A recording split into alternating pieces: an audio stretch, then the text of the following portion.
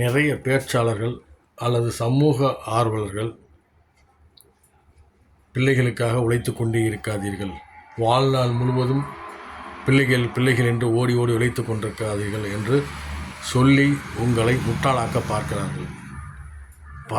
பணக்காரனாக பிறந்தால் சரி, நீங்கள் ஏழையாக பிறந்தால் அல்லது நடுத்தர வர்க்கத்துக்கு கீழ் இருந்தால் கடினமான உழைப்பை ஏற்றுக்கொண்டால்தான் உங்கள் குழந்தைகளை முன்னேற்ற முடியும். அதற்கு பின்னால் வரும் சந்ததியும் நல்ல முறையில் அவர்கள் வளருவார்கள். சில பேர் சொல்கிறார்கள், பின்னாடி உங்கள் பையன் பொண்ணு உங்களை பார்ப்பாங்களா அப்படின்னு சொல்கிறாங்க. ஒரு சிலர் பார்க்கறது இல்லைங்க, ஆனால் எல்லாருமே நம்ம சொல்கிறது இல்லையே, எல்லா குழந்தைகளும் அந்த மாதிரி இல்லையே. கண்டிப்பாக நாம் பெற்ற பிள்ளைகளில் ஒருவருக்காவது மனசாட்சி இருக்கும், தாய் தந்தையை பார்க்க வேண்டிய எண்ணம் என்று இருக்கும். ஆதலால் ஏதோ ஒரு குடும்பத்தில் ஒரு தவறு நடக்கிறது என்பதற்காக எல்லா குடும்பங்களையுமே நம்ம தவறான பிள்ளைகள் என்பதை நாம் ஏற்றுக்கொள்ள முடியாது. ஆதலால் அதில் சில பேர் சொல்வதை நம்பி ஏமாறாதீர்கள். நீங்கள் உழைத்தால்தான் உங்கள் பிள்ளைகள் முன்னேறும்.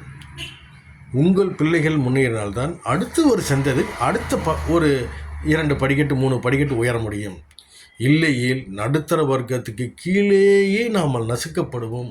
வாழ்க்கை எதையும் நம்ம அனுபவிக்கிறது இல்லையா, நாம் உழைச்சிக்கிட்டே இருந்தால் அனுபவிக்கிறது எப்படி? ஆமாம் சார், தியாகம் பண்ணித்தான் ஆகணும். நாம் தான் ஏழையாக பிறந்துட்டோமே, முடிஞ்ச அளவுக்கு கொஞ்சம் முயற்சி பண்ணி உங்களுடைய அபிலாஷைகளை தீர்த்துக்குங்க. அவ்வளோதான் செய்ய முடியும். நீங்கள் எல்லாம் இந்தியா பூரா சுற்ற முடியுமா? ஏன் தமிழ்நாடு பூரா சுற்றி பார்க்க முடியுமா? ஒரு சாதாரண நடுத்தர வர்க்கம் தமிழ்நாடு பூரா சுற்றி பார்க்க முடியுமா? இல்லை இந்தியா பூரா சுற்றி பார்க்க முடியுமா? எவ்வளவு பணம் செலவாகும்? ஒரு 4 பேர் சேர்ந்து சுற்றினா எவ்வளோ பேருங்க செலவாகும்? இன்றைக்கி விற்கிற விலைவாசி இதெல்லாம் கட்டுப்படி ஆகுமா?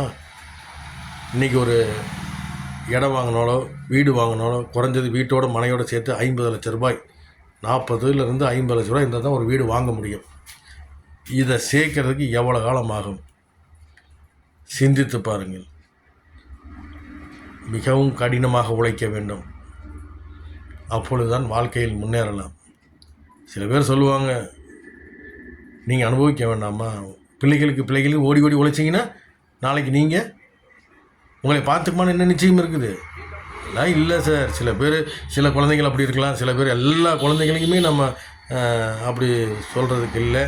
அதனால் அவர்களுடைய மாய வலையில் பேச்சில் ஏமாறாதீர்கள்.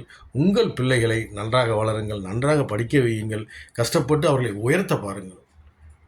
அடுத்த சந்ததி உயர்வதற்கு அதுவே சிறந்த வழி.